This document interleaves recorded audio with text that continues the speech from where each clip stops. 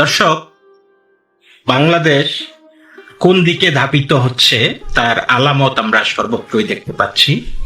আপনারা দেখতে পাচ্ছেন যে সংখ্যালঘুদের উপর নির্যাতন চলছে, হিন্দু, বৌদ্ধ, খ্রিস্টান, আদিবাসীদের উপর নির্যাতন চলতেছে, মন্দির ভাঙচুর করতেছে, বাড়িঘর হামলা করতেছে, চাঁদা চাচ্ছে, আরো কত কিছু, তাই না? মূর্তি ভাঙতেছে আমরা দেখতেছি বিভিন্ন জায়গায়, এবং সরকার অবলীলায় সেটাকে অস্বীকার করে যাচ্ছে, বলতেছে এগুলি গুজব, অনেকটা রাজনৈতিক কারণে নানান কিছু বলতেছে।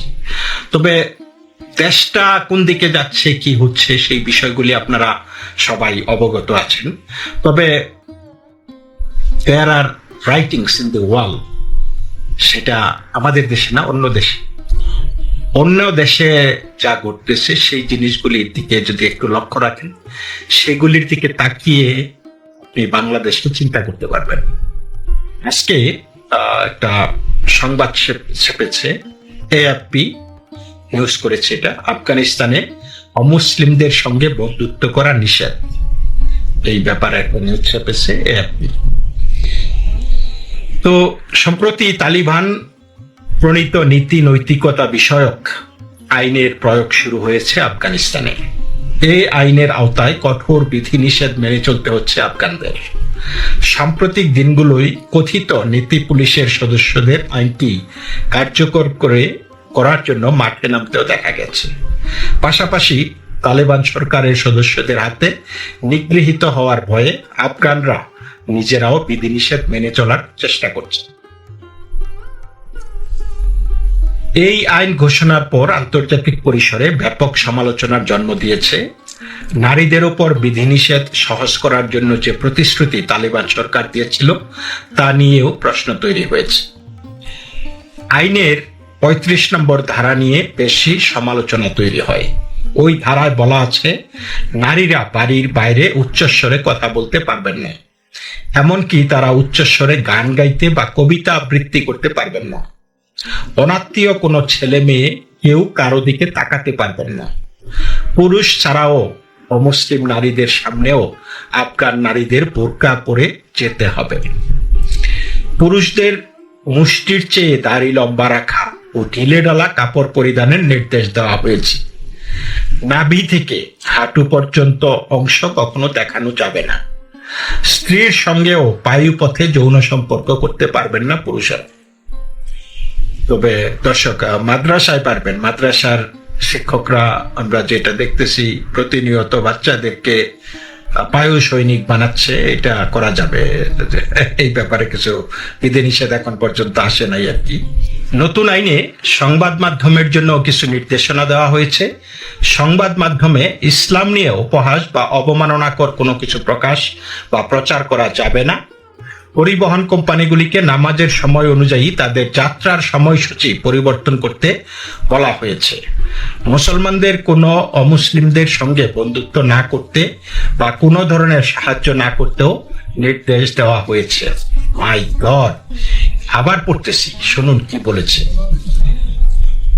পরিবহন কোম্পানিগুলোকে নামাজের সময় অনুযায়ী তাদের যাত্রার সময়সূচি পরিবর্তন করতে বলা হয়েছে, বা সেই সময় থামতে হবে তাদেরকে। মুসলমানদের কোনো অমুসলিমদের সঙ্গে বন্ধুত্ব না করতে বা কোনো ধরনের সাহায্য না করতেও নির্দেশ দেওয়া হয়েছে। চিন্তা করছেন, কোনো ধরনের সাহায্য করা যাবে না। একজন অমুসলিম যদি বিপদগ্রস্ত হয় এবং আপনার সহায়তা, সাহায্য প্রয়োজন হয়, শুধুমাত্র অমুসলিম হবার কারণে আপনি তাকে সাহায্য করতে পারবেন, এবং সেটা আইন, দণ্ডনীয় অপরাধ। এমনকি কিছু ঐতিহ্যবাহী খেলাও নিষিদ্ধ করা হয়েছে। পাশাপাশি কম্পিউটার বা স্মার্টফোনে জীবন্ত জিনিসের ছবি তোলা বা দেখা যাবে না। মা বাবার কথার অবাধ্য হওয়াকে বেআইনি ঘোষণা করা হয়েছে। কম্পিউটার বা ক্যামেরায় কোনো জীবন্ত জিনিসের ছবি তোলা যাবে না। বাহ, দারুণ। তাহলে আমাদের তো সবাই দেখি এখন হয়তো সোশ্যাল মিডিয়াতে যেই চাপ, যেই উত্তাপ ছড়ানো হয়, সেই উত্তাপটা কিছুটা হইলেও কমবে, তাই না? আমাদের বাংলাদেশিরা তো প্রচুর পরিমাণে তালিবান প্রেমী আর কি, আফগান প্রেমী। তারা বলে তালিবানরাই ভালো, দেখেন ওইখানে তো কোনো গন্ডগোল হচ্ছে না, সুখে শান্তিতে সবাই বসবাস করতেছে। তো এইরকম চাপের মধ্যে রাখলে কে না সুখে শান্তিতে বসবাস করে বলুন তো? তালেবান গত 21শে আগস্ট এই আইনের ঘোষণা দেয়।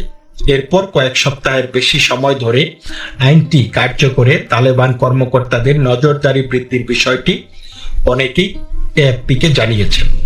নতুন এই আইন সঠিকভাবে সবাই মেনে চলছে কিনা তা দেখার দায়িত্ব দেওয়া হয়েছে নীতি নৈতিকতা বিষয়ক মন্ত্রণালয়ের নীতি পুলিশকে। রাজধানী কাবুলে নীতি পুলিশের টহল শুরু হয়েছে।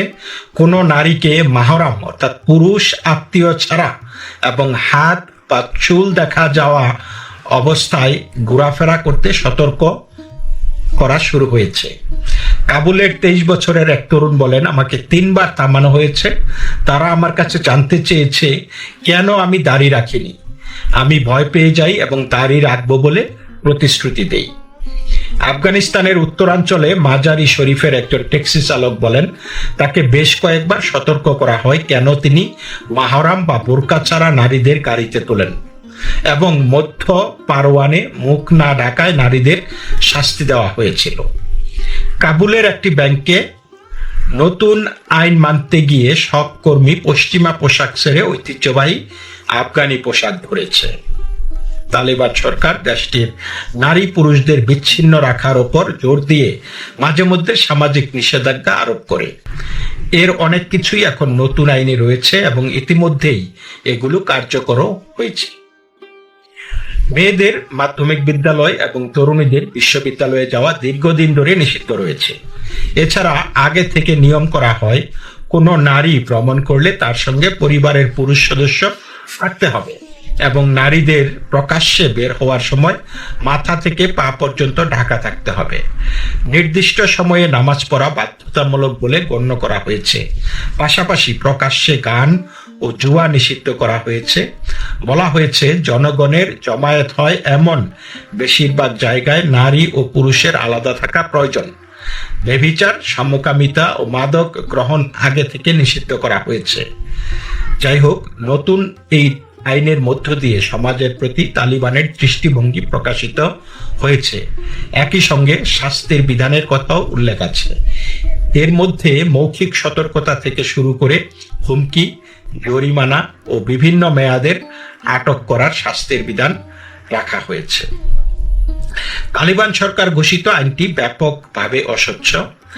এতে অনেক প্রশ্নের উত্তর মেলেনি। এতে বলা হয় নারীরা জরুরি প্রয়োজন ছাড়া বাড়ি থেকে বের হবেন না, তবে কোন পরিস্থিতিকে জরুরি হিসেবে গণ্য করা হবে সে বিষয়ে বলা নেই। অমুসলিমদের সঙ্গে বন্ধুত্বপূর্ণ সম্পর্ক ও সহায়তা নিষিদ্ধের কথা বলা হয়েছে।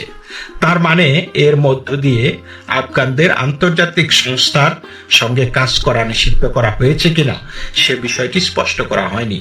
এটি এমনও হতে পারে যে পশ্চিমা দেশগুলির সঙ্গে সম্পর্ক থেকে তালেবান সরকার নিজেদের সরিয়ে নিয়ে তাদের একঘরে স্ট্যাটাসকে আরো শক্তিশালী করেছে এবং ফোন ও টেলিভিশনে গণমাধ্যম কিভাবে পরিচালিত হবে তাও স্পষ্ট করা হয়নি।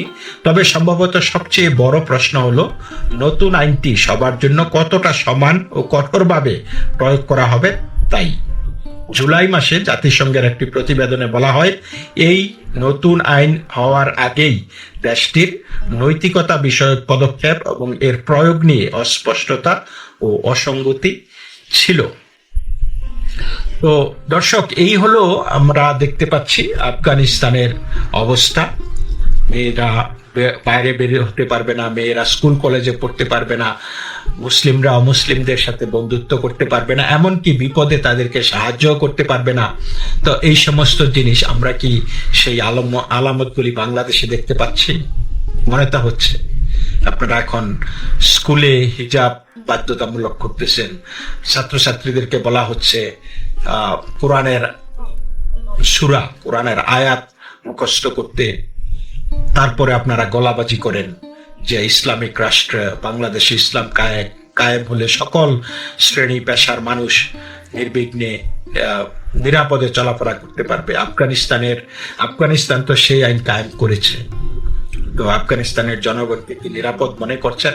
হ্যাঁ, হয়তোবা ভয়ে অনেকে চুপসে থাকে, এমন হতে পারে ভয়ে হিন্দুরাও হিজাব পরা শুরু করবে, আল্লাহ বিল্লাহ করতে থাকবে, কিন্তু সেটা কি শান্তির নিদর্শন? তো এইটা নিয়ে আমি আর কথা বলছি না, বিচারের ভারটা আপনাদেরই দিলাম, আপনারাই চিন্তা করবেন, যুক্তি দিয়ে খোলা মন নিয়ে ভাববেন যে বাংলাদেশ কোন দিকে ধাবিত হচ্ছে, এবং সেইটা রোধ করতে হলে যদি মনে করেন যে একটা ধ্বংসের পথে যাচ্ছে দেশ, অরাজকতার পথে যাচ্ছে, তাহলে সেইটাকে বন্ধ করার জন্য যদি আপনার কিছু করণীয় থাকে সেটা আপনি করবেন। সেটা আপনি হিন্দু হন, মুসলমান হোক, বৌদ্ধ হন, খ্রিস্টান হোক, আপনি যাই হন না কেন, আপনি যদি মানবিক মানুষ হয়ে থাকেন